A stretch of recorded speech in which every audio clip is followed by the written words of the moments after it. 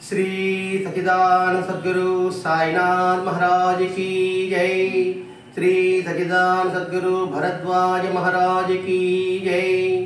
बुद्धं शरणं गच्छामि, धर्मं शरणं गच्छामि, संघं शरणं गच्छामि। ఈ రోజు నుంచి బుద్ధ ధ్యాన హృదయంలోని అంశాలని భరద్వాజ మహర్షి గారి ద్వారా మనం అందరం కూడా వినియోగించుకోబోతున్నాం. సద్గురు షిరిడి సాయినాథుని యొక్క సాన్నిధ్యంలో ఆచార్యకర భరద్వాజ మహర్షి యొక్క ఆశీస్సులతో ఈరోజు బుద్ధ ధ్యాన హృదయంలోని అంశాలని మనం వివరించుకోబోతున్నాం. భరద్వాజ మహర్షి గారు బుద్ధుని గురించి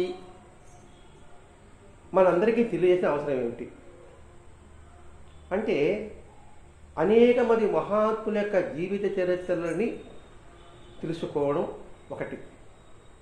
రెండు, ఆ మహాత్ములు సాధనలో ఎటువంటి ఆటుపోటులు తట్టుకొని నిలిచి ఏ విధంగా అయితే ఆ ముక్తి మోక్షము లేక పరమానందాన్ని పొందారో తెలుసుకుంటే అది మనకు ఆదర్శంగా ఉంటుంది. ఈ రెండు విషయాలు మిలారప చరిత్రలో మిలారపగా చెప్పుకున్నారు. ఇప్పుడు ఇక్కడ బుద్ధ ధ్యాన హృదయం అనుకున్నాం. అసలు బుద్ధుడు అనే దానికి అర్థం ఏమిటి? బుద్ధుడు అంటే మేల్కొనిన వాడు, జ్ఞానాన్ని పొందినవాడు. మేల్కొనినవాడు, జ్ఞానాన్ని పొందినవాడు. ధ్యానం, ఎప్పుడైతే మేల్కొన్నాడో దానిని ఎరుకతో కలిగి ఉండడం ధ్యానం. ఎప్పుడైతే ఆలోచన కలుగున్నాడు, మేల్కొన్నాడు, జ్ఞానాన్ని పొందాడు, ఆ పొందిన దానికి బుద్ధి ఉపయోగించాలి. ఇక్కడ ధ్యానము, ధీ ప్లస్ యానము, ధ్యానము. ధీ అంటే బుద్ధి, బుద్ధిలో ప్రయాణం చేయడం. జ్ఞానం ఉంటే సరిపోదు, దానిని ఎలా ఉపయోగించాలో తెలియాలి. తెలిగిన తర్వాత దాంట్లో ప్రయాణం సాగించాలి. ఇచ్ఛాశక్తి లశాసనం వస్తుంది. ఇచ్ఛాశక్తి, జ్ఞానశక్తి, క్రియాశక్తి వస్తుంది. చూడండి, ఇచ్ఛాశక్తి, క్రియాశక్తి, జ్ఞానశక్తి ఉంటారు. ఇచ్ఛాశక్తి అంటే మనం అనుకున్నవి, ఒక శక్తి, ఒక జ్ఞానం కలిగింది. దాన్ని ఎలా ఉపయోగించాలి? దానికి జ్ఞానం కావాలి. కత్తి దొరికింది, దాన్ని ఎలా ఉపయోగించాలి? దేనికి ఉపయోగించుకోవాలి? సైన్స్ పెరిగింది, అలాగే వైజ్ఞానికం పెరిగింది, దాన్ని ఎలా ఉపయోగించాలి అంటే దానికి సరైన బుద్ధి కావాలి. అలా బుద్ధి ఉన్నప్పుడే సమాజానికి హితబోధంగా ఉపయోగపడుతుంది. క్రియ అంటే ఉపయోగించడం. ఇచ్ఛాశక్తి అంటే మనకి శక్తి లభించడము. ఆ ఇచ్ఛాశక్తిని ఎలా ఉపయోగించాలో తెలుసుకుని జ్ఞానశక్తి అయితే, ఆ జ్ఞానశక్తితో క్రియాశక్తి ఆ విధంగా చేయాలి.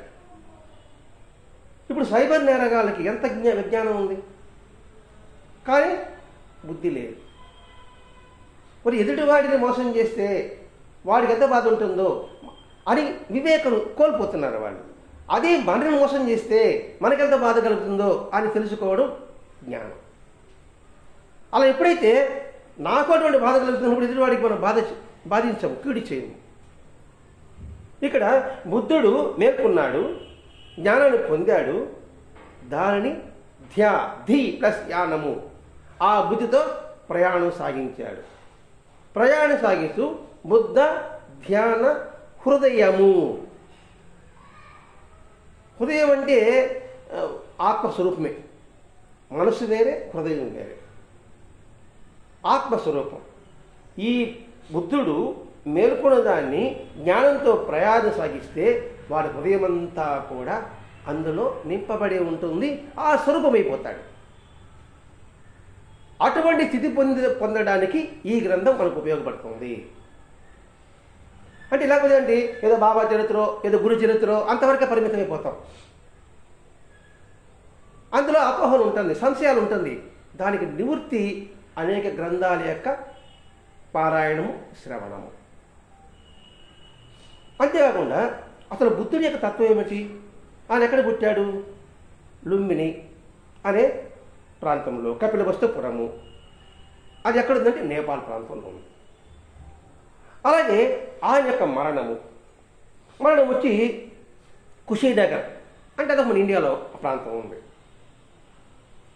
జననము, మరణము, మధ్యలోది జీవితం. జనన మరణం సహజం. ఆ జనన మరణ సమయంలో వాడు ఏ విధంగా తన జీవితాన్ని సద్వినియోగం చేసుకుంటాడనేదే జీవిత విధానం. ఇది మహాత్ములు మనకి వాళ్ళ యొక్క జీవితం ద్వారా మనకి ఆదర్శవంతులు అవుతారనమాట. ఈ బుద్ధ ధ్యాన హృదయంలో బుద్ధుని యొక్క ఉపదేశం సర్వజనికము.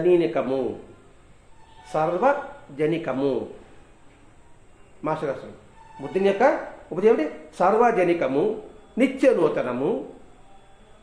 సర్వజనికం అంటే అందరికీ ఇది ఆదర్శం. నిత్య నూతనము, ఎప్పుడు ఫ్రెష్గా ఉంటుంది, కొత్తగా ఉంటుంది. ప్రతి మానవునికి అతి సమీపమైన మనసును లక్ష్యంగా తీసుకుంటుంది. ఎవరిది? బుద్ధుని యొక్క విధానం, ఉపదేశం ప్రతి మానవునికి అతి సమీపమైన మనస్సును లక్ష్యంగా తీసుకుంటుంది. అంటే మనసు ప్రధానం.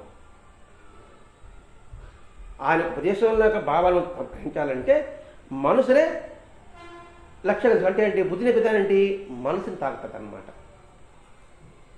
మనసుని దాన్ని సాధనపరంగా తీసుకోగలగాలి.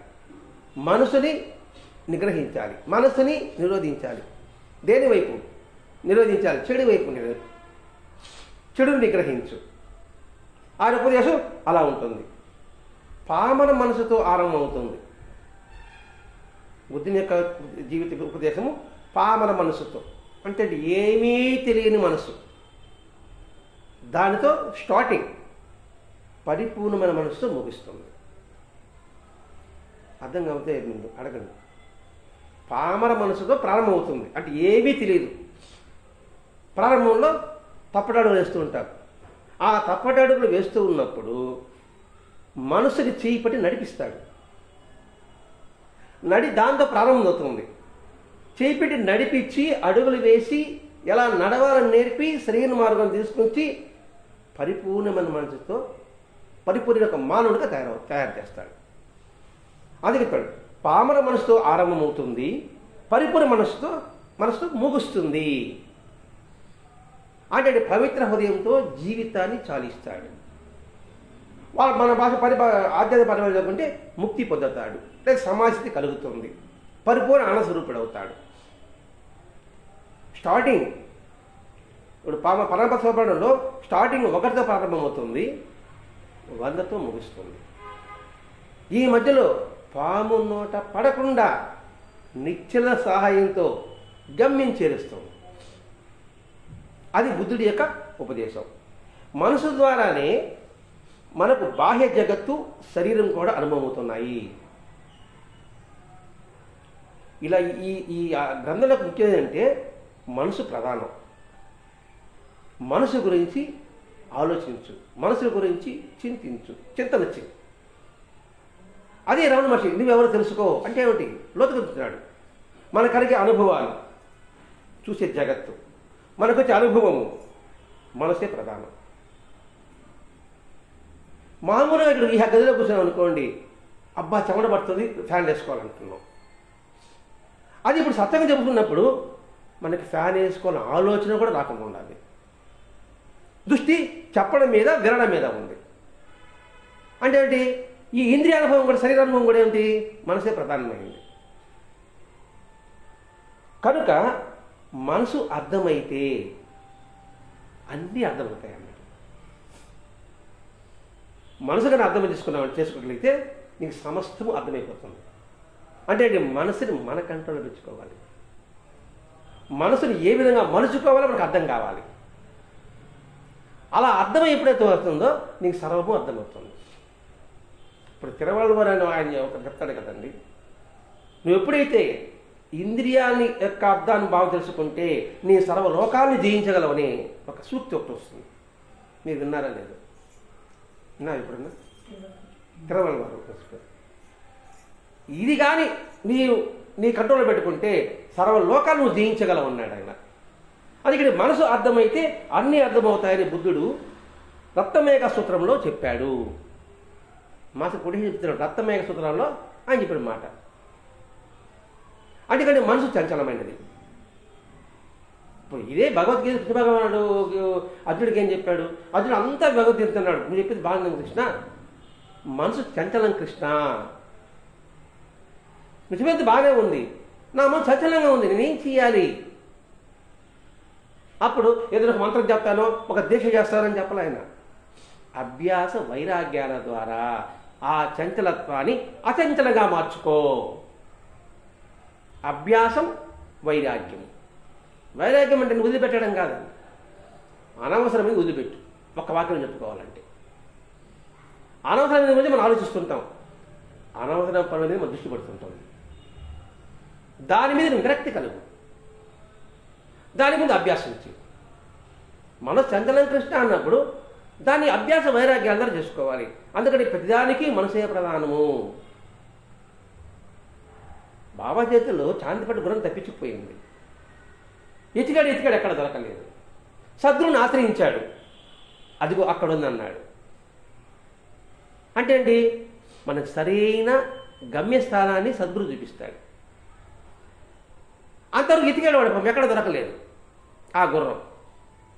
కానీ సద్గురు చూపించాడు, అది నీ దగ్గరే ఉందిరా అని. ఆనందం బయట రాదు, మనలోనే ఉంది. కస్తూరి మృగం వాసన ఏదో బయట ఎక్కడ వెతుకుతూ ఉంటుందట, అందులోనే ఉంటుంది కస్తూరి యొక్క వాసన ఆ మృగంలోని. అది గుర్తించలేకపోతున్నాం. అందుకని మనసు అర్థం చేసుకోగలిగితే ఆనందం నీలోనే ఉంది, సంతోషం నీలోనే ఉంది, ఎక్కడో బాహ్య వస్తువులోనో బాహ్య జగత్తులోనో లేదు అని చెప్పడం బుద్ధుని యొక్క విధానం. కాబట్టి బాహ్య అభ్యంతరాల్లో మంచికి చెడుకి మనస్సే కారణము. మాస్టర్ గారు ఎందుకు మనకి బుద్ధిని జీవితం అందిస్తున్నాడంటే మనకి బాబా మీద దృఢత్వం ఏర్పడడం కోసంగా. పఠన రూపంలో బాబాను నిరూపించాడు. ఎంత మేర పెట్టుకుంటున్నాము? దానికి కారణం మనసే. మంచి జరిగినప్పుడేమో అని పొగుడుతున్నాం, చెడు జరిగినప్పుడేమో నాకు ఎందుకు ఇలా చేస్తున్నా ఉంటున్నాం. అందుకే బాహ్య అభ్యంతరంలో మంచికి చెడుకి మనసే కారణము. ఈ విషయం దాశగం చరిత్రలో విలేపాలలో ఈశోపడి సారానికి అర్థం తెలియకపోతే ఒక పనిపల్లి ఇంటికి వెళ్ళమని చెప్పడం, వెళ్ళిన తర్వాత ఆమెకి ఎరుభుజనకు చీర తీసేయడం, ఆ తర్వాత ఆ పాప మామూలుగానే ఆనందంతో పనిచేయడం. అప్పుడు ఆయన చెప్పాడు, మనం అనుభవించే మనోకల్పితాలు అంటే సుఖ దుఃఖాలు మనోకల్పితాలు అని మాస్టర్ గారు రాస్తారు చూడండి. కాబట్టి ఇక్కడ దుఃఖమైన సుఖమైన ఉంది, అది మనలో ఉంది, నీ మనసులోనే ఉంది. కాబట్టి మనసే కారణం అంటుంది అగుత్తరాయని కాయసూత్రం అట. అంటే ఇక్కడ బౌద్ధ మతం చెప్తున్నాడు అగుత్తరని కాయసూత్రము. అగుత్తరని కాయసూత్రుడు ఏం చెప్పాడు? మళ్ళీ అదుగు చూసుకోలేదు, ఏదో ఆ చదువుకు సరిపోతుందా? అగుత్తని కాయసూత్రంలో అర్థం ఏం చెప్పాడు? అందులో 3 అద్భుతాలు ఉంటాయట ఆ సూత్రంలో. ఒకటి ఇంద్రజాల అద్భుతం, రెండవది ఆలోచనలు చదవడం యొక్క అద్భుతం, మూడవది బోధన యొక్క అద్భుతం. ఏది? ఆ కాయసూత్రంలో 3 సూత్రాలు చెప్పాడు ఇక్కడ. ఒకటేమో ఇంద్రజాలంతో చేయడం, ఒకటి ఆలోచనని చదవడం అంటే మనసును చదవడం, మూడవది బోధన యొక్క అద్భుతం ఆ సూత్రంలో. ఇందులో ఏది శ్రేష్టము? మహిమలు చేయడం శ్రేష్టమా? ఇంద్రజాలం కాదు. ఆలోచన చదవడం అంటే మనసులోని చెప్పడం అద్భుతమా? కాదు. బోధనే అద్భుతం. అద్భుత ప్రకాశం ఇప్పుడు కాజు ఇప్పుడు చెప్పాడు అంటే ఏంటి? మహిమలు చేసే పెద్ద అద్భుతం కాదు, ఎదుగుడు మనసులో చెప్పేది అద్భుతం కాదు, బోధించేయడమే గొప్ప అద్భుతం. ఎందుకంటే ఆ బోధ ద్వారానే వాళ్ళలో మనసు సంస్కరింపబడుతుంది. వాడి యొక్క ప్రతి ఒక్క ఆలోచన, ప్రతి ఒక్క నడవడిక, నడత అద్భుతం. అంటే ఏంటి? ఈ బోధన ద్వారా వాడి యొక్క మనసు చంచలం కాదు, అచంచలంగా ఉంటుంది. మరి అద్భుతం కాదా? సుఖదుఖాలకు అతీతంగా ఉంటాడు, అద్భుతం కాదా? వినడం ద్వారానే. అంటే ఆ అనుమతుల కాయ సూత్రంలో ఏం మనసు కాదు చెప్పారంటే ఈ బోధ గ్రహించాలని మనసే కదా కారణం. మాట చెప్తున్నాడు, సదనం చెప్తున్నాడు అండి, దాన్ని గ్రహించాలంటే మనసే కారణం. మనసు ఇష్టపడితే దాన్ని వినగలవు, దాన్ని అనుష్ఠించగలవు. అందుకని ఇక్కడ బోధనే యొక్క అద్భుతం అని చెప్పాడు. అంతేకాకుండా ప్రపంచం కనుక ప్రపంచం చెడు గురించి వెనుతిరగడం అంటే, ప్రపంచం సృష్టి అంతా కూడా, ఈ జనబాహులంతా కూడా చెడు నుంచి వెనుతిరగడం అంటే మనసు పరివర్తన చెందడమే. ఇప్పుడు చెడు బ్యాక్ అయిందంటే ఆడ ప్యూరిటీ ఉంటే కదా వెనక్కి వెళ్ళిపోతుంది, ప్యూరిటీ లేకపోతే ముందుకు వస్తుంది. ప్రపంచంలో చెడు గురించి వెనుతిరగడం అంటే, మనలో చెడు వెళ్ళింది అంటే ఎలా వెళ్తుంది? మనలో ప్యూరిటీ లేకపోతే పవిత్రత ఉండాలి కదండి, నిర్మలత ఉండాలి కదండి. ఎప్పుడైతే పవిత్ర నిర్మలత ఉంటుందో ఇంక చెడు అందులో ప్రవేశించదు. ఒక బాటిల్లో బాగా మురికి పట్టిపోయింది, కింద మట్టి ఉంది, అది ఎంత నీకులికినా పోలేదు. ఒక ట్యాప్ కింద ఫోర్స్గా వచ్చి ట్యాప్ కింద ఆ బాటిల్ని పెట్టండి, ఆ ఫోర్స్కి దాని బాగా అతుక్కుపోయిన మట్టి జిడ్డు అంతా కూడా పైకి లేస్తుంది. పైకి ఇంకా పోతుంది, ఆ పైకి మొత్తం అంటుకున్నదంతా కూడా కరుగుతుంది, మొత్తం బయట తేలిపోతుంది. తర్వాత లోపల స్వచ్ఛతంగా మంచినీరు ఉంటుంది. అది ఇక్కడ చెప్పడం. చెడు మంచి వెళ్ళిపోతున్నా అంటే వీడిలో పరివర్తన చెందితేనే చెడు వాడిలో ప్రవేశించదు. ఒక మహాత్మురాలు గురువు దగ్గరికి వెళ్తుంది, ఆయన చెప్తాడు, అమ్మ నీ హృదయంలో మొత్తం పవిత్రతని స్థాపించుకో. నేను మా అమ్మతో మొత్తం నా హృదయం అంతా కూడా ప్యూరిటీ సంపాదించేశాను. ఇప్పుడు సైతాన్ వస్తూ ఉంది అంటే ఆమె ఏం పలకలేదు. సైతాన్ అంటే అజ్ఞానం, ఆమె ఏం పలకలే. ఏం పలకలేదు అన్నావు, ఏం పలికేదండి? లోపలంతా ప్యూరిటీ ఉంటే నీ సైతానికి నాకు దీని లోపల స్థలం ఎక్కడుంది? అంటే మనసు ఎప్పుడో పరివర్తిస్తుందో ఇంకా సైతాన్ అంటే అజ్ఞానం అనేది లోపలికి ప్రవేశించదు. ఎందుకు ఈ వాక్యం రాస్తున్నాడు? అయ్యో చెడు నన్ను వదిలిపెట్టలేదు, చెడు నన్ను వదిలిపెట్టలేదంటే ఇక్కడ ప్యూరిటీ కావాలి. మళ్ళీ ప్యూరిటీ ఉంటే ఆ చెడు మన నుంచి పారిపోతుంది. అదైతే గురు చేతుల్లో ఆ కలిపురుషుడు, నేను అందరూ పట్టుకుంటానంటే ఆ గురువును ఆశ్రయించిన నువ్వు పట్టుకోలేవయ్యా. అందులో అటువంటి వాడిని కపలించడానికి కలిపురుషుడు వస్తాడు. చెడ్డవాడిని పట్టుకోడు, చెడిపోయాడు వాడిని పట్టుకుంటాడా? మంచివాడిని చెడవాలవాడి. అందుకే భక్తుడికి కష్టాలు. మాకు ఎందుకు కష్టం వస్తుంది? వాడు చెడిపోయాడు, వాడు దొరికింది మనకి పోయేది, వాడు చెడిపోతాడు. వాడు మంచివాడు నా దారి తెచ్చుకోవాలి, ఏం చేయాలి? ఇప్పుడు స్కూల్లో బాగా క్లవర్ స్టూడెంట్ అనుకోండి, బాగా చదువు ఏం చేస్తారా? అరే సినిమా పోదారా, ఆడే పోదానరా, ఈడే పోదానరా, ఎందుకంటే వాడే మార్కులు కొట్టేస్తాడు. అదనమాట ఇక్కడ. అంటే ఎంత చక్కగా కృష్ణ చూడండి ఇక్కడ. అంటే ఏంటి? మనిషి పరివర్తిస్తే చెడు లోపలికి రాదు. దానికి ఎలా ఉండాలి? దృఢమైన అంతరింగక సంస్కారం వల్లనే లౌకిక వ్యవహారాలను చలిపే మనసు యొక్క పరిధిలోని క్రియలు సంస్కరింపబడగలవు. అవి సందర్భాలు అంటే ఆంతరింగకమైన సంస్కారం, ఉత్తమైన సంస్కారం వల్లనే ఈ లౌకిక వ్యవహారాలను నలిపే మనసు పరిధిలోని క్రియలు సంస్కరింపబడుతుంది. ఎప్పుడు అంతరంగం వస్తుందో క్రియ అంటే పని, ఆ పని కూడా సంస్కరింపబడుతుంది. నాలో పరిపూర్ణత ఉంటే నా జ్ఞానాన్ని 10 మందికి పంచి ఇవ్వగలను. నేను చేసే పని కూడా సర్వజన హితంగా ఉంటుంది. నా హితం ఉండదు, అందరికి హితం ఉంటుంది. అందరికి హితం ఉండాలంటే నేను హితంగా ఉండాలి. ఎదుటివాడిని సంతోషం పెట్టాలంటే నేను సంతోషం కూడా ఎదుటివాడు సంతోషం పెట్టగలను. నేనే దుఃఖంలో ఉంటే ఎదుటివాడు నేను ఎలా సంతోషం పెట్టగలను? అదే కదా బాబా సాంప్రదాయం ఏంటి? ఇతరులు సంస్కరించబడాలంటే నువ్వు సంస్కరింపబడు, అప్పుడే నువ్వు ఇతరులు సంస్కరింపగలవు. ఇతరుల హితం కోసంగా నువ్వు సంతరింపబడినప్పుడు మాత్రమే ఇతరులకు నువ్వు హితం చేకూర్చగలవు అని సాయి చంద్రుడు బాబాచంద్రుడు మాస్టర్ రాస్తున్నాడు. సర్వజన శ్రేయస్కరంగా నువ్వు సంతరింపబడినప్పుడు మాత్రమే అది నీకు వీలవుతుంది అన్నాడు. అంటే మీ మేలు కోసం నేనే సంతరింపబడి ఏంటి? మీకు మేలు చేయాలంటే నాకు మంచి గుణం ఉంటే కదా నేను మేలు చేయగల ఎలా చేయగలను చెప్పండి. అది ఆంతరింగిక సంస్కారం వల్లనే లౌకిక వ్యవహారాల సరిపి మనసు యొక్క పరిధిలోని క్రియలు, అంటే మనకు పరిధి క్రియలు ఉంటుంది, అంటే లౌకిక జీవితం ఉంటుంది. ఆ క్రియలు సంతరింపబడగలవు. అంటే నేను చేసే పని కూడా ఎలా ఉంటుంది? ఉత్తమమైనదిగా ఉంటుంది. ఒక వాక్యం చెప్పాలంటే, నే చేయు కార్యములన్నీ నీ సేవలు ఎగుగాక. నేను చేసే ప్రతి పని కూడా భగవంతునికి సేవ. మరి నేను చేసే పనులన్నీ భగవంతుని సేవ అనుకున్నప్పుడు లోపల అంతరంగంలో ఎవడు ఉండాలి? భగవంతుడు ఉండాలి. భగవంతుడు ఉంటే సంతరింపబడగలవు. ఒకడు ప్రశ్న వేశాడు, అదేంటి అంత చెడు చేస్తే చెడు అంతటా భగవంతుడు దాన్ని రాకుండా చేయొచ్చు కదా, వాడితో చెడు చేస్తున్నాడు, భగవంతుడు అంతటా ఉన్నాడు అంటారు కదా, మరి ఎందుకు మంచి చేయకూడదు? అంతటా ఉన్నాడంటే నీలో కూడా ఉన్నాడు కదా, మరి నాలో ఉంటే నేను చెడుకు చేస్తాను.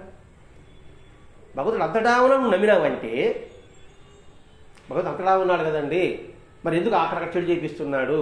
నాలో కూడా భగవంతుడు, నీలో కూడా భగవంతుడు ఉంటే నువ్వెందుకు చెడు చేస్తావు? ఇంకా చెప్పంటే అంతా భగవంతుడు నేనేమంటారు కదండి, చేసేవాడని చేసేదాని అని అన్నాడు కదా, మరి నా తప్పే ఉందండి అనేవాడికి గోల్ ఈ సమాధానం. చేసేది ఆయనే, చేయించేది ఆయనే, నా తప్పే ఉంది. మరి చేయించేదే ఆయనే అనే దాని మీద నీకు విశ్వాసం ఉంటే, చేయించేవాడు ఆయనే ఉంటే, లోపల ఆయన ఉంటే ఆయన చెడు ఎందుకు చేయాలని ప్రేరణ కలిగిస్తాడు. భగవంతుడు ఎవరికి చెడు చేయాలని ప్రేరణ కలిగించాడు కదండి. ఒక తండ్రి బిడ్డల పట్ల ఎలా ఉంటాడు? వాళ్ళకి మంచి జరగాలని కోరుకుంటాడా, చెడు జరగాలని కోరుకుంటాడా? మరి ఆ తండ్రి నా హృదయంలో ఉన్నాడంటే నేను చెడు ఎందుకు చేయగలుగుతాను?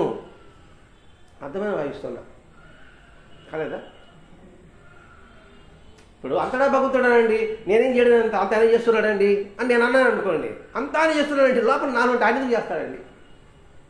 పైకి అలా అంతా ఆయన ఉన్నాడని, కానీ అంతటా ఆయన ఉన్నాడనే భావన మాత్రం నాలో మొత్తం లేకుండా పోతుంది. అయితే ఇలా ప్రతి వ్యక్తిలోనూ పరివర్తన రావడం సాధ్యమా? ప్రశ్న. ఇలా పరివర్తన రావడం ఇది సాధ్యమా? అలా వచ్చేదాకా ఈ సమాజం అన్యాయాలతో మగ్గిపోవలసిందేనా? మాస్టర్ దగ్గర ప్రశ్నిస్తున్నాడు, మాస్టర్కి సమాజం పోతున్నాడు. అటువంటిది ఇప్పుడు సాధ్యమా? అంతవరకు మనం ఇలా మగ్గిపోవలసిందేనా అన్నప్పుడు మాస్టర్ సమాజం చెప్తున్నాడు. చరిత్ర చూడు, ఎన్ని యుగాల నుంచి చూడు, కొత్త యుగంలో చరిత్ర చూడు. చరిత్ర చూస్తే పట్టుదల కలిగిన లోచూపు గల వ్యక్తులు కొంత ఏర్పడినా చాలు, లోచూపు గల వ్యక్తులు కొంతమైనా ఏర్పడితే చాలు, వారి అడుగుజాడల్లో తక్కిన వారు నడవడం జరుగుతుందని మనకి చరిత్ర తిరుగుతుంది. లోచూపుతో నడుచుకున్న వాళ్ళు కొంతమంది ఉంటే వారి అడుగుజాడల్లో తక్కిన వారు నడవడం జరుగుతుంది. కొంతమంది చాలు. ప్రహ్లాదుడు ఎక్కడ పుట్టాడు? రాక్షస కుటుంబంలో పుట్టాడు. విద్యాభ్యాసానికి వెళ్ళాడు. ఒక్కడే హరినామాన్ని స్మరించేది. వాటితో సావాసం చేశారు ఆ రాక్షసుల కుమారులంతా కూడా. మరి వాడి అడుగుజాడల్లో వాళ్ళందరూ హరినామస్మరణ చేశారా లేరా? ఎవరికి అర్థమయ్యే విషయం చెప్పుకుంటున్నాను ఇక్కడ. అందుకని కొంతమంది ఉన్నా చాలు. మరి ఇక్కడ లోచూపులు అంటే ఏమిటి? అంటే దీర్ఘంగా ఆలోచించేవాడు. అంటే ఒక విషయం పట్ల ఇది ఎంతవరకు మంచి ఉంటుంది, ఎంతవరకు చెడు ఉంటుంది, ఆ చెడుని ఎలా తొలగించుకోవాలి, ఆ మంచిని ఎలా పొడిగించుకోవాలి అని లోతుగా పరిశీలించేవాడు లోచూపు. మనకి సాహిత్యం వస్తుంది, మహాసాపతి లోచూపు కలవాడు రాసుంటారు చూడండి. లోచూపు కలవాడు కాబట్టే ఆయే సాయి అని పిలిచాడు. ఈ పరిశీలన ఆలోచించడం అనేది వ్యక్తిలో మనం చూడాలి, వస్తువులో చూస్తాం, పరిస్థితుల్లో కూడా చూస్తాం. ఒక వ్యక్తిగతమైన అనుకోండి, మనం వెంటనే ఇంట్లోకి రాణిస్తామా? మామూలుగా చూసుకుంటాం. ఒక వస్తువు కొనాలంటే వెంటనే మేము కొనేస్తామా? ఎంతమందిని విచారిస్తాం? ఒక ప్రదేశానికి వెళ్ళాలంటే ఒక ఢిల్లీకే కనుక్కోండి, లేదా అయోధ్యకి అనుకోండి, ఎంతమందిని విచారిస్తాం? అక్కడ ఏం జరుగుతుంది, మన తిని జరుగుతున్నారు కదా, అక్కడ ఎక్కడ ఉంటుంది అంతా మాట్లాడుకుంటాం. అటువంటి కొంతమంది ఒకడు తెలుసుకుని ఒకటి పేరు అనుకోండి, వాడు 10 మంది చెప్తాడు చెప్పడా, ఏమంటే అయోధ్య పోయి ఇచ్చారు కదా, ఎలా ఉందా, ఏముందండి సింపుల్, ఇక్కడికి పోయి అంటే ఎంత ఈజీ మనకి. అలా చెప్తున్నాడు. చరిత్ర చూస్తే తెలుస్తుంది, లోచూపు గల కొంతమంది వ్యక్తులుంటే వారి అడుగుజాడలో తక్కిన వారు నడవడం జరుగుతుందని మనకి చరిత్ర తెలుపుతుంది. అందుకే చరిత్ర చూడు, చరిత్ర చదువు. ఒక గిరి తీసుకొని ఇదే సాంప్రదాయము, ఇదే సిద్ధాంతము, ఇదే ఆచారం అనుకుంటున్నారు అందరూ. అన్ని మతాల వాళ్ళు అట్లా అనుకుంటున్నారు, హిందూ మతం ఇంక్లూడింగ్ హిందూ మతం కూడా అన్ని మతాల ఇదే పరిధి అనుకుంటున్నారు. అసలు ఇప్పుడు హిందూ ధర్మ పరిరక్షణ అంటున్నారు. హిందూ ధర్మం అంటే ఏమిటి అసలు? సనాతన ధర్మం అంటారు. సనాతన ధర్మం అంటే ఏమిటి? పరహితం, అది పుణ్యం. పరపీడనం అదే పాపం. మరి పరపీడనం, నువ్వు మాటలతో హింసిస్తున్నావు, అది ఇతరులు పీడించడం కాదా? అందరి పట్ల సమభావం, పండిత సమదర్శిరహ మన హిందూ ధర్మం. మరి ఆ భావం అందరి పట్ల సమభావం ఎందుకు లేకుండా ఉన్నావు? కృష్ణుడు ఏం చెప్పాడు? అన్నమయ్య ఏం చెప్పాడు? కుక్కలో 10 మాసం తిన్నవాళ్ళు నేను ఉంటానని చెప్పున్నారా లేదా? మరి వాడి పట్ల నువ్వు ఎందుకు వేరుగా వ్యవహరిస్తావు? చెప్పడం ఒకటి, కానీ దాన్ని అర్థం చేసుకోవడంలో చాలా తేడా కనబడతా ఉంది ఇక్కడ. అందుకే చరిత్ర, అందుకే మన పెద్ద సద్గంధ పఠనము, సత్సాంగత్యము, ఈ 2 అతి ముఖ్యమైనవి. ఆధ్యాత్మికపరంగా లౌకికంగా కూడా. మనసు ప్రశాంతంగా ఉంటేనే శరీరం ఆరోగ్యంగా ఉంటుంది. ఆరోగ్యం కోసం మనం సత్సాంగత్యం కావాలి, మంచి పుస్తకాలు చదవాలి. మరి మంచి పుస్తకాలు చదివితే దానికి చదివారండి. ఎందుకు మంచి పుస్తకాలు చదవాలి అని ఒక అమెరికన్ ఒక రచయిత పెద్ద బుక్ రాశాడు. ఎందుకు పుస్తకాలు చదవాలి, ఏమిటి ఉపయోగం? పుస్తకాలు మన ఆలోచనకి పదులు పెడుతుంది. పుస్తకం మంచి స్నేహితుడు అవుతుంది. ఆ పుస్తకం మనల్ని కొత్త కొత్త విషయాల పట్ల ఆలోచింపజేస్తుంది. ఇన్ని ఉంటాయి మంచి గ్రంథాల్లో. ఎవడే మంచి స్నేహితుడు అంటే మంచి పుస్తకాలు. ఎవరు మాట్లాడడం లేదు, పుస్తకంతో మనం మాట్లాడుకోవచ్చు. వై టు రీడ్ అంటే ఎందుకు పుస్తకం చదవాలి? వీటి వల్ల ఇంత ఫలితం ఉంటుంది. గో హెడ్ రీడింగ్ బుక్స్ అన్నాడు. అందుకని చరిత్ర చదవమని చెప్పడం. మంచికైనా చెడుగైనా జరిగేది మాత్రం ఇదే. మంచిగా చెడుగైనా జరిగేది మాత్రం ఇది. ఏది ఆదర్శం? చరిత్రను చూస్తే మంచికి చరిత్ర ఉంది, చెడుకి చరిత్ర ఉంది. కాబట్టి మంచికైనా చెడుగా జరిగేది ఇదే. బుద్ధుడు మనసును సంస్కరించే విధానాన్ని కనిపెట్టాడు. ఎలా నువ్వు సంస్కరించాలి? అభ్యాసం చేయమని చెప్పాడు కదా కృష్ణ భగవానుడు. అభ్యాస వైరాగ్యాల ద్వారా అన్నాడు కదా, అది కనిపెట్టాడు. కనుకొని ఆధునిక శాస్త్రీయ ప్రగతి పట్ల ఆయన సిద్ధాంతం పాతపడలేదు. నేటికి విశ్వ సత్యంగా ఉండిపోయింది. మనసు గురించి 3 ప్రధాన సూత్రాలు చెప్పాడు. అది ఏం చెప్పాడు? మనకు అతి సమీపమైన కూడా అతి ద్రవగాహమైన అంటే కష్టమైన మనసు యొక్క అసలు తత్వాలు తెలుసుకో. ముందు మనసు గురించి ఆలోచించు. అందుకే త్యాగదుడు మనసానే ఆయన పాటలు రాస్తాడు. మనసుకి హెచ్చరిక చేస్తాడు. ఏంటి మనసు ఎలా ఉన్నావు, ఏంటి మనసు ఇలా తిరుగుతున్నావు, మనసు అక్కడికి గుడికి వెళ్ళు, లేదా సత్తగా చదువు అని మనసుకు చెప్పుకుంటూ వచ్చాడు. కానీ ముందు మనసు తత్వం తెలుసుకో. అంటే మనసు ఆడకపోతుంది. పోనీ డైవర్స్ పోతుంది. ఇప్పుడు సినిమా పోవాలనిపిస్తుంది, లేదా షికారు పోవాలనిపిస్తుంది. పోనీ పోయితారు. ఏం పోయి షికారు పోయిచ్చావు, ఏం ఫలితం వచ్చింది? ఎంత సమయం వృధా చేస్తుంటావు. ఆ సమయాన్ని నువ్వు సత్కారం పెట్టుకున్నావు అనుకోండి, నీకు ఎంత ఉపయోగం ఉంటుంది అని ఆ మనిషికి చెప్పు. అది ఎక్కడికి పోతుందో పోవాలి. మనస్తత్వం ఏంటి, అది ఎప్పుడు స్థిరంగా ఉండదు, పరిగెడుతూ ఉంటుంది. ఓ ఇది ఎక్కడికి పోతుంది, సినిమాకి పోతుంది, సరే పోనీ ఒక సినిమాకి పోయినాం అనుకోండి, ఆ సినిమా కూర్చున్న తర్వాత ఆ సినిమా చూస్తున్నాం అనుకోండి, ఆ సినిమాలో తత్వాన్ని మనకి ఆధ్యాత్మికతని లింక్ పెట్టుకో. అప్పుడేమైతే మనసు ఊరి అక్కడ సినిమా పోయినా కూడా మనకి ఆధ్యాత్మికత కలుగుతుంది. కాబట్టి ఆ సినిమా కావచ్చు, షికారుకు కావచ్చు, లేకపోతే కబురుకు కావచ్చు, దేనికైనా కావచ్చు కాక, దానికి ఏది ఇష్టం ముందు దాన్ని కనిపెట్టు.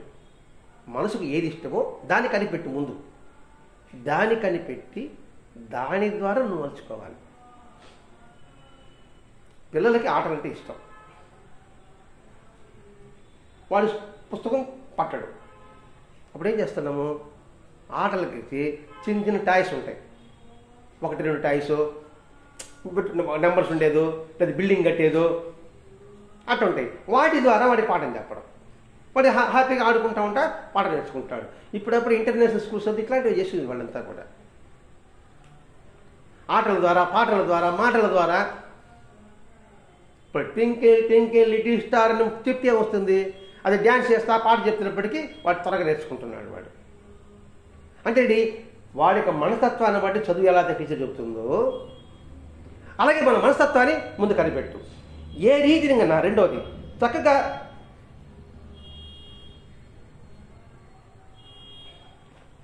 ఏ రీతినైనా చక్కగా సంస్కరించుకోవడానికి అనువుగా మెత్తగా అనిపిస్తూనే ఒక పట్టాలు లొంగని మనసును సరైన పద్ధతిలో రూపొందించుకో. చక్కగా అనువుగా మెత్తగా అనిపిస్తూనే అంటే దానిలోకి వెళుతూనే ఒక పట్టాలు లొంగని మనసుని సరైన పద్ధతిలో రూపొందించు. ఇప్పుడు పిల్లలకి పాఠం చెప్పినట్టుగా, ఇప్పుడు ఒక ఫంక్షన్కి వెళ్ళాము, ఫంక్షన్కి వెళ్తా అంటే రిసెప్షన్ జరుగుతూ ఉంది.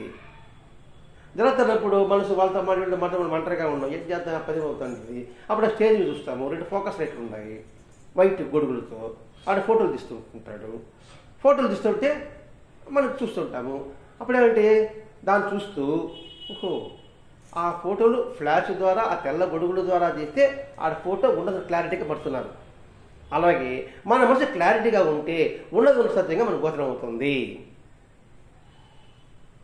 అర్థమైంది అనుకుంటున్నా. అట్లా తీసుకురా. ఎన్నో బంధాలు చిక్కుబడి ఉన్నప్పటికీ ఏది మనసు ఏ క్షణమైనా విముక్తి చెందగల మనసుని ముక్తికి చెందించు. అంటే ఎన్నో చిక్కుపడిపోయింది ఈ మనసుని ఏ క్షణమైనా అది విముక్తి పొందుతుంది, దానికి నువ్వు సహకరించు. వివేకానందుడికి అది జరిగింది, బుద్ధుడికి అది జరిగింది, మాస్టర్ గారికి అది జరిగింది. ఏ క్షణ మనసులు కలిగిందో దాన్ని ముక్తి వైపు వాళ్ళు ప్రయాణం సాగించారా లేదా. ఇలా మనసు సంస్కరించడానికి బుద్ధుడు చెప్పిన ప్రధాన సూత్రము సమైక్య శ్రద్ధ అని పదం వాడతాడు. 8 పదాలు చెప్తాడు.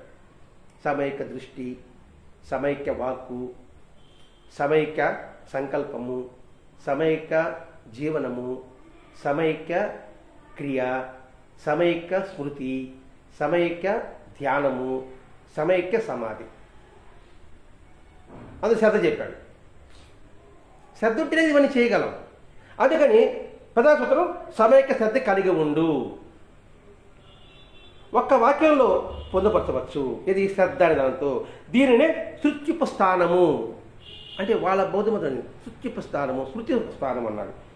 అంటే ఏంటి, శ్రద్ధ దేని పట్ల కలిగి ఉండాలో ఎలాగో అన్న ప్రశ్నలకి సమాధానమే ఆయన బోధలోని సారాంశము.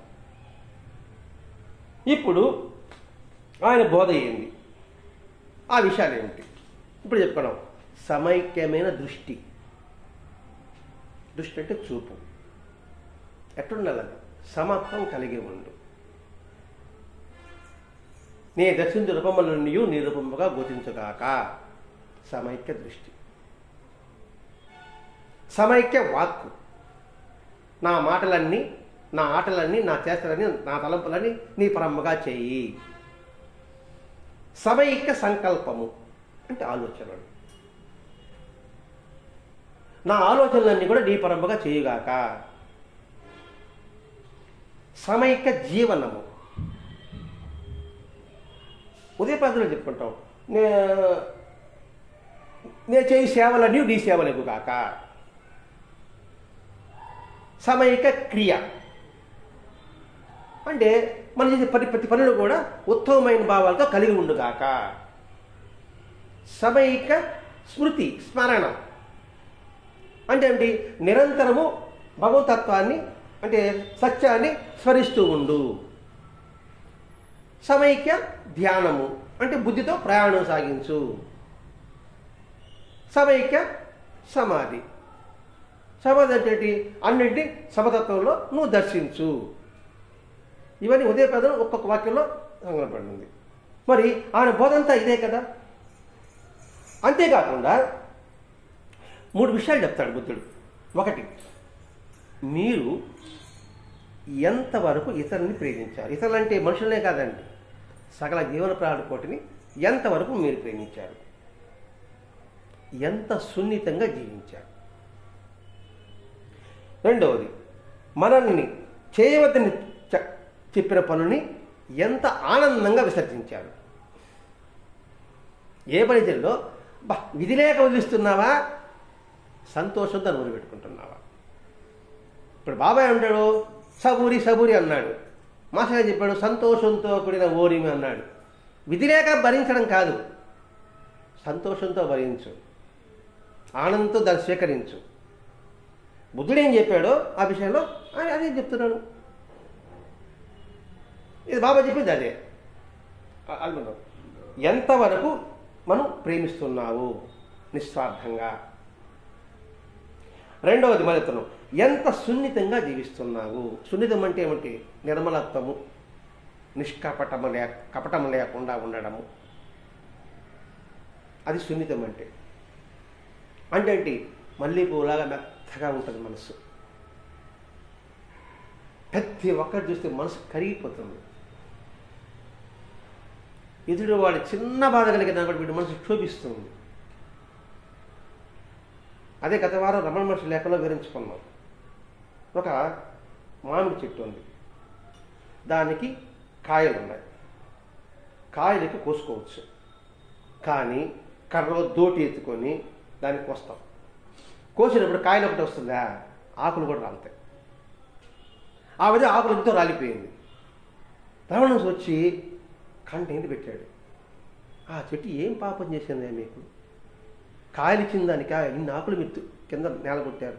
కాయలు కావాలంటే కోసుకోవచ్చు కదా, చెట్టు ఎక్కి కోసుకో, ఆకులకు దెబ్బ దగ్గర కోసుకో. నువ్వు కర్రతో కొట్టివి దోసివి, చూడు గొప్ప ఎన్ని ఆకులు పడిపోయినాయి. అది నీ కాయలు ఇచ్చిన పాపానికి పుణ్యానికి నువ్వు చేసిన పాపం ఇదే అంటే అక్కడ రాస్తాడండి. ఆకులు రాలిన దానికే ఆయన మనసు అంతగా ద్రవించింది. ఎదుటివాడి మనసు గాయపరిస్తే ఆయన మనసు ఎంతగా గాయపడుతుంది అంటాస్తానండి. అది సున్నితంగా జీవించడం అంటే. అందుకే కుక్కను కొడితే నాకు దెబ్బ అని చెప్పాడు బాబా, కుక్కకు ఆకలిస్తే నాకు ఆకలిస్తానని చెప్పాడు బాబా. పొరదరే పని చేసుకుంటూ రూమ్ కడతా ఉంటే వాడు భోజనం పోతే ఒరే నా పేగులు మాడిపోతున్నాను అన్నాడు బాబా. వాడి దగ్గర పోయిన ఈ పేగులు మాడిపోవడం ఏంటి అంటే ఎంతటి దయాగుణం కలిగి ఉండాలి, ఎంతటి కరుణ హృదయం కలిగి ఉండాలి. ఆ ఉండాలంటే సున్నిత హృదయం కావాలి. మూడవది అంటే మనల్ని చేయవద్దని చెప్పిన వాటిని ఆనందంగా విసర్జిస్తున్నామా, కష్టంతో దాన్ని వదిలిపెడుతున్నామా? ఈ 3 విషయాలు చెప్పాడు ఆయన బోధన అంతరార్థం అండి ఇక్కడ. అంతేకాకుండా ఈ విశ్వంలో ఏదీ కోల్పోలేదు. ఈ విశ్వం ప్రతి ఒక్కటి మనకి సంప్రాప్తి చేస్తుంటుంది. మనకి లభించినదంటూ ఏది ఉండదు. ఈ విశ్వం ఏది కోల్పోదు, అన్నీ మనకు లభిస్తుంది. చీకటి పడింది అంటే తెల్లవారదని కాదు, అక్కడ చీకటి పడింది, మళ్ళా సూర్యుడు వస్తాడు. చీకటి పడిపోద్ది అంటే చీకటి పడింది అంటే సూర్యుడు రాడనా? అంతేనా? సూర్యుడు రాడనా? వస్తాడు కదా. మరి ఎందుకు నువ్వు కోల్పోయినట్టుగా బాధపడుతున్నావు? రెండవది, ఈ సృష్టిలో ప్రతిదీ మారుతుంది. మార్పు అనేది సహజం, మార్పు అనేది ఏదీ లేదు, ప్రతిదీ మారుతుంది. ఋతువులు ఒకే ఋతువులు ఉంటున్నామా? ఒకే కాలంలో వర్షకాలం ఉంటున్నామా? జాగ్రత్తలోనే ఉంటున్నామా? జాగ్రత్త స్వప్న సుశుభాస్తులు ఉన్నాయి కదా. ప్రతిదీ మార్పు లేకపోతే అసలు ఆనందం ఉండదు. మొక్క పాలలో ఎదగకపోతే ఆనందం ఉంటుందా? బిడ్డ ఎదగకపోతే ఆనందం ఉంటుందా? చిన్న టీవీ ఉంది, మన పెద్ద టీవీ మార్పు వస్తే ఆనందం ఉంది. మళ్ళీ పెద్ద ఇటు పెద్ద టీవీ తీసుకుంటాం, మార్పు ఉంది. మార్పు సహజం. రెండవది. మూడవది, వర్తమానంలో జీవించు. బుద్ధుడి యొక్క బోధిస్తున్నాయండి. అంటే వీటి ద్వారానే ఈ మూడు చెప్పాడే ఈ మనసుని నిగ్రహించగలవు. వర్తమానంలో జీవించు. నాలుగవది, సత్యాన్ని నువ్వు దాచిపెట్టకు. అది దాచిపెట్టుకోదు, ఎప్పుడు వెలుగు వస్తుంది. సత్యాన్ని నువ్వు దాచవద్దు, శ్రద్ధని వదులుకోవద్దు. శ్రద్ధ అనేది బాబా అక్కడే చెప్పలేదండి. శ్రద్ధావా లభతే జ్ఞానం కృష్ణుడే చెప్పున్నాడు. ఆ కృష్ణుడు చెప్పిందే బుద్ధుడు చెప్పేది, బుద్ధుడు చెప్పేది రామకృష్ణ చెప్పేది, రామకృష్ణ చెప్తే రావణ చెప్పేది, రావణ చెప్పేది బాబా చెప్పేది, బాబా చెప్పేది మాస్టర్ చెప్పేది. అదే కదా మహాత్ముడు చెప్పేది. అదే శ్రద్ధావా లభతే జ్ఞానం అన్నాడు. అంటే శ్రద్ధ కలిగితే జ్ఞానం లభిస్తుంది. కాబట్టి నువ్వు శ్రద్ధను వదులుకోవద్దు. అది చెప్పడంలో కావచ్చు, వినడంలో కావచ్చు, పనిలో కూడా కావచ్చు, వృత్తిలో కూడా కావచ్చు, వ్యాపారంలో కూడా కావచ్చు, ఏ విషయంలో కూడా కావచ్చు. శ్రద్ధను కోల్పోయి ఉంటే థామస్ ఆల్వా ఎడిసన్ బల్బ్ కనుక్కునేవాడా? రైట్ సోల్ విమానం కనుక్కునేవాడా? గ్రాహం బెల్ టెలిఫోన్ కనుక్కునేవాడా? అబ్రహం లింకన్ ప్రెసిడెంట్ అయ్యేవాడా? నెల్సన్ మండేలా మండే సూర్యుడే రాగలేవాడా? గాంధీ మహాత్ముడు మోహన్ దాస్ కరమ్చంద్, మోహన్ పోయింది, కర్మ పోయింది, చందు పోయింది, గాంధీ మహాత్మా గాంధీ అయినాడు. మరి శ్రద్ధను కోల్పోయాడా? ఇంకా అనేక మరి సర్దార్ వల్లభాయ్ పటేల్ అందామా, బాలగంగాధర్ తిలక్ అంటామా, లేదా సుభాష్ చంద్రబోస్ అంటామా, అల్లూరి సీతారామరాజు అంటామా, చూడండి ఎంతమంది ఉన్నారు. వాళ్ళు పడ్డ కష్టాలు మనకి ఈ సమయంతో కూడా లేదు. మరి మన శ్రద్ధ ఎందుకు కోల్పోతున్నాం? ఆరోది, సత్యం కోసం తోడు ఎవరు రారు, నువ్వు ఒంటరిగా నాడు. అబద్ధం కోసమే చాలా మంది వస్తారు, సత్యాన్ని వేసే ఎవరు రారు. దానికి ఉదాహరణే సిద్ధారూఢ స్వామి చేతిలో వస్తుంది మనకి. ఆయన గురువాన్వేషణకు పోతాడు, వాళ్ళ ఫ్రెండ్స్ కూడా నేను మీతో వస్తామంటారు.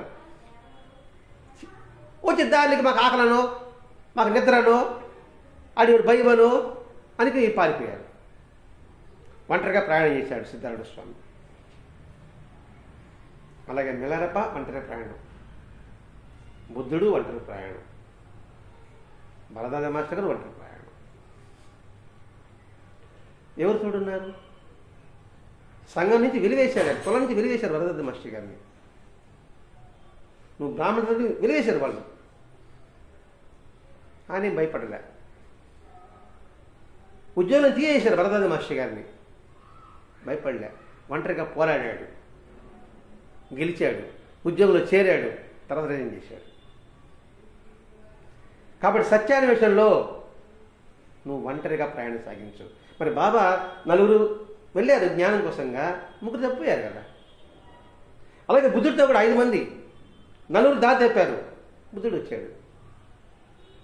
కాబట్టి సత్యాన్వేషణలో నువ్వు వాళ్ళు వస్తారు వీళ్ళు వస్తారు చూడు పక్క, నువ్వు ఒంటరిగా ప్రయాణం సాగించు. ఆ సత్యాన్ని నువ్వు వదిలిపెట్టవద్దు. 7వది, కఠినంగా మాట్లాడు. ఎదుటివాటి మనసు వచ్చినట్టుగా నువ్వు మాట్లాడవద్దు. దీని గురించి వివరణ పడలేదు. 8వది, శరీరమే మన ఆస్తి. ఈ శరీరాన్ని కాపాడుకో. ఈ శరీరం ఉంటే నువ్వు ఇవన్నీ చేయగలవు, లేకపోతే ఎలా చేయగలవు? బుద్ధుడితో కూడా 5 మంది, ఆ నలుగురు ఉపవాసాలతో ప్రయాణం సాగించారు. శోషణ పడిపోతున్నారు. బుద్ధుడేమన్నాడు, ఇట్లా ఉంటే మనం ముక్తి సాధించలేము అని చెప్పి భిక్షకు పోయినాడు బుద్ధుడు. నువ్వు చెడిపోయినా అని చెప్పేసి నలుగురు బుద్ధుడు చెడిపోయారు. బుద్ధుడు ఆహారం తీసుకున్నాడు, శక్తి వచ్చింది, సాధన చేశాడు, బుద్ధత్వం పొందాడు. పోయిన తర్వాత ఈ నలుగురు ఎక్కడ ఉన్నారని చెప్పి ఎతకుతా ఉన్నాడు. ఎతకుతా ఉంటే ఒక దగ్గర నలుగురు కూర్చొని ఉంటారు. వాళ్ళు చూసారు, ఒరే బుద్ధుడు వస్తున్నాడు, మళ్ళీ చెడిపోతారు అనుకుంటున్నారు వాళ్ళు. బుద్ధుడు దగ్గర అయ్యేకుంది వాళ్ళ మనశ్శాంతి కలగడం ప్రారంభించింది. అప్పుడు వాడు శిక్షణ. కాబట్టి శరీరాన్ని కాపాడుకో. ఉపవాసం తపవాసాలతో ఈ శరీరాన్ని కుంగదీయబాక. శరీరం కష్టం వచ్చింది, అయ్యో బాబా కాపాడుతాడులే, ఇంకొక ఆయన కాపాడుతాడులే అనుకోబాక. ఆ శరీరాన్ని నువ్వు కాపాడుకో. ఈ మధ్య జిల్లులు మూడు కూడా అంటారు, అంత భగవంతుడే కదా, మరి ఎందుకు మాత్రం హాస్పిటల్ పోతాడు అన్నప్పుడు ఆమె చెప్పిన మాట అదే. శరీరం నువ్వు లేకపోతే నువ్వేం చేయగలవు నువ్వు? కాబట్టి శరీరమే మన ఆస్తి. కోపాన్ని నియంత్రించు. 9వ. ఇంక కోపం గురించి మనం అనేక సత్య ప్రబోధాలు చెప్పుకున్నాము, ప్రవచనాలు చెప్పుకున్నాము, బాబా చెప్పుకున్నాము, దానికి వివరణ లేదు. 10వది, గతాన్ని ఎప్పుడూ గుర్తుపెట్టుకోవాలి. గతం గత. ఇప్పుడు ఎలా ఉండాలో అది తెలుసుకో. ఇప్పుడు డాక్టర్ని వినా అనుకోండి, వాడు దొంగే, గతంతో పనిలే డాక్టర్కి, వాడి వ్యాధి నయం చేస్తాడు. గురువు అంతే, నేను చాలా పాపాలు చేశా, నువ్వు పాపాలు చేశారా నీకేం చెప్పనని గురువు చెప్పడు. అలాగే భగవంతుడు కూడా. వీడి ముగ్గురు గత గురించి ఆలోచించరు, ఇప్పుడు వచ్చారా మానేరా. దీనికి ఉదాహరణ దుర్జటి కాళ్ళ సత్యం రాశాడు కదా, చెప్పుకుంటాడు, నేను నాకు అనే పాప చేశానండి, నేను వ్యసనపురండి, వేసల దగ్గరికి వెళ్ళాను, నన్ను కళ్ళు ఇవే చెప్పుకుంటాడు. ఆ కాళ్ళ సత్యం ఇదే ఉంటుంది, తప్పులు చెప్పుకుంటాడు.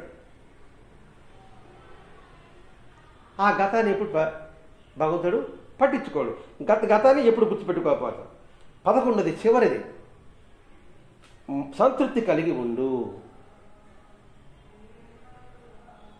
ఈ 11 ఉన్నాయండి. ఈ 11 ఆయన బోధ. ఇది ఈ వంత కూడా సరైన స్మృతిని కలిగిస్తుంది. సరైన స్మృతిని కలిగిస్తుంది. స్మృతి అంటే ఏంటి? గుర్తించుకోవడము, స్మరించుకోవడం. దేనిని? ఈ 11ని, ఆ 3 విషయాలని. ఈ గుర్తించుకోవాలి, స్మరించుకోవడం, దాన్నే స్మృతులు అంటారు. అంటే ఇంకా చెప్పాలంటే నెమరు వేసుకోవడము, సింపుల్గా అర్థం అవ్వాలంటే జ్ఞాపకాలని నెమరు వేసుకోవడము. ఆ స్మృతి కలిగి ఉండడమే పై చెప్పిన 3 లక్ష్యాలని సాధించడానికి ఏకైక మార్గం బుద్ధుడు ఇక్కడ బోధించాడు. ఎంత చక్కగా వివరిస్తున్నానండి ఇక్కడ. బుద్ధ ధ్యాన హృదయమే ఆలోచన జ్ఞానాన్ని పొందాడు. ఆ జ్ఞానాన్ని బుద్ధితో ప్రయాణం సాగించాడు.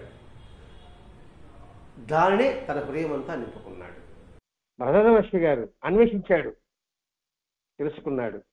షిరిడీకి వెళ్ళాడు. 1963 ఫిబ్రవరి 8 నెలలు 9వ తారీఖున. అది కూడా 9వ తారీఖున జరిగిందండి. ఆయనకు అనుభూతి. 9 శాశ్వతం కాబట్టి. 9 శాశ్వతం, 9వ సత్య సంకేతం. అప్పుడు ఆత్మానుభూతి పొందాడు. పొంది ఆ జ్ఞానంలోనే ప్రయాణం సాగించాడు, ఆ ధర్మంలోనే ప్రయాణం సాగించాడు. సాగించినప్పటికీ ఆయన హృదయం అంతా ధర్మంలో నిండిపోయింది. అందుకే ఆయన మహాత్ముడు ముద్దు పెట్టాడు.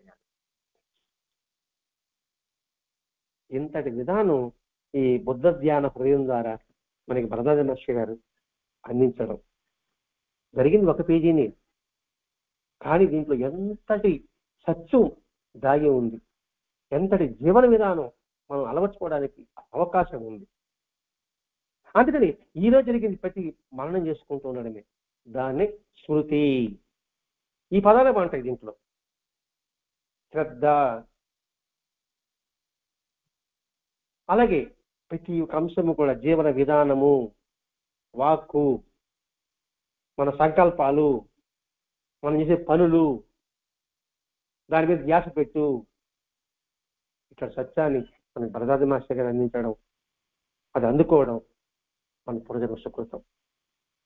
దాన్ని గుర్తుపెట్టుకొని నిరంతరం స్మరించుకుంటూ మనం కూడా ఈ బుద్ధ ధ్యాన హృదయం అనే గుహలోకి మనము ప్రవేశిస్తాం. శక్తి. శ్రీ సచ్చిదానంద సద్గురు సాయినాథ్ మహారాజ్ కీ జై. శ్రీ సచ్చిదానంద సద్గురు భరద్వాజ్ మహారాజ్ కీ జై. బుద్ధం శరణం గచ్ఛామి, ధర్మం శరణం గచ్ఛామి, సంగం శరణం గచ్ఛామి. స్వస్తి.